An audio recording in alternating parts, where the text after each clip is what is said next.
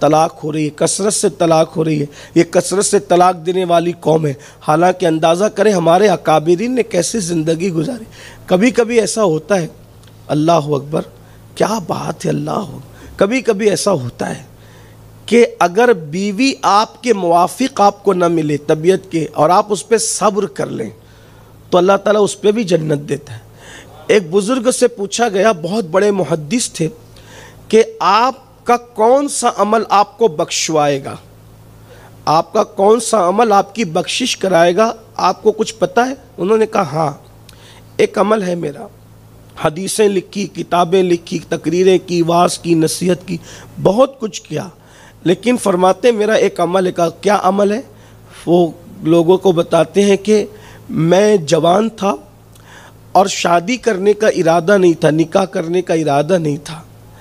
ایک خاتون میرے پاس بانقاب آئی، با پردہ آئی اور کہنے لگی آپ کو اللہ کا واسطہ دیتی ہوں، آپ میرے ساتھ شادی کریں۔ ظاہر سی بات ہے، نکاح سے پہلے مرد عورت کو دیکھ لے، عورت مرد کو دیکھ لے، یہ سنت ہے، اور نکاح کے لیے دیکھنا، ایک نظر دیکھنا، اس کی اجازت بھی ہے۔ تو یہ بھی ہمارے یہاں ایک عجیب ماحول ہو گیا، آپ کے یہاں کیا ہے نہیں پتہ، لیکن ہمارے علاقے میں ہے کہ لڑکی کو 50 مرتبہ لڑکی دکھائی جاتی ہے لڑکے کو، اور لڑکے سے پوچھتے بھی ہے کہ تجھے لڑکی پسند ہے کہ نہیں پسند، لیکن لڑکی سے کوئی ایک مرتبہ جھوٹے منہ بھی نہیں پوچھتا کہ تجھے لڑکا پسند بھی ہے یا نہیں۔ یہ بھی شادی کے رشتے میں جو رکاوٹیں بنتی ہیں، یہ چیز ہے۔ یہ بات یاد رکھنا چاہیے کہ جیسے لڑکے کو حق ہے ہاں یا نہ کرنے کا، ویسے لڑکی کو بھی اسلام نے حق دیا ہے کہ لڑکی کہہ سکتی ہے کہ مجھے لڑکا پسند نہیں ہے، اور جس لڑکے کو لڑکی ناپسند کر دے اس کے باپ کو بھی یہ حق نہیں ہے کہ بالغ لڑکی کا زبردستی نکاح کرے۔ یہ اسلام کا حسن ہے۔ لیکن اگر لڑکا کہہ دے مجھے لڑکی پسند نہیں ہے تو ہم دوسری دیکھتے ہیں، تیسری دیکھتے ہیں، چوتھی دیکھتے ہیں، کہیں دیکھ ڈالتے ہیں، کیونکہ لڑکے نے کہا مجھے پسند نہیں ہے۔ لیکن اگر کوئی لڑکی ہمت کر کے کہہ دے کہ مجھے لڑکا پسند نہیں ہے تو ماں اس کو گالی دیتی ہے، بہنیں اس کو تانا دیتی ہے، بھاوجیں اس کو تانا دیتی ہے، تو اتنی بدتمیز ہے، بدمعاش ہے، ایسی ہے، ویسی ہے، اور اس طرح تو نکمی ہے، اور خاندان کی ناک کٹا دیا تو نے کہ تو کہتی کہ مجھے لڑکا پسند نہیں۔ یہ جہالت ہے۔ لڑکی کو یہ حق ہے کہ وہ فیصلہ کرے، بالغ لڑکی، اور وہ اپنے ماں باپ سے کہے کہ مجھے لڑکا پسند ہے یا نہیں پسند ہے۔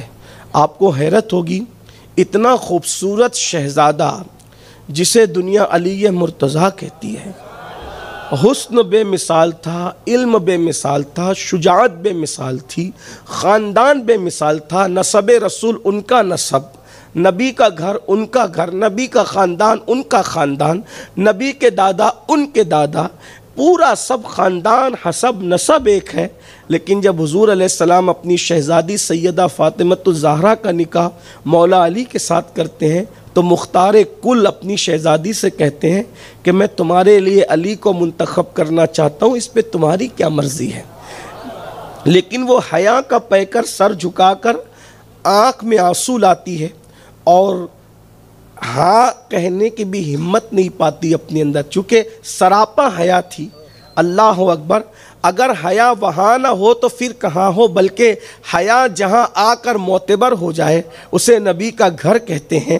لیکن ہاں کہنے کا انداز تو دیکھیں، رسول اللہ کے پوچھنے کا انداز تو دیکھیں۔ مختار کل مصطفیٰ جان رحمت صلی اللہ علیہ وآلہ وسلم نے اپنی شہزادی کے نکاح سے پہلے ان کی اجازت طلب فرمائی، حالانکہ حضور کو یہ اختیار دیا گیا کہ حضور جس کے ساتھ جس کا نکاح کرنا چاہے کر سکتے ہیں، کوئی انکار نہیں کر سکتا۔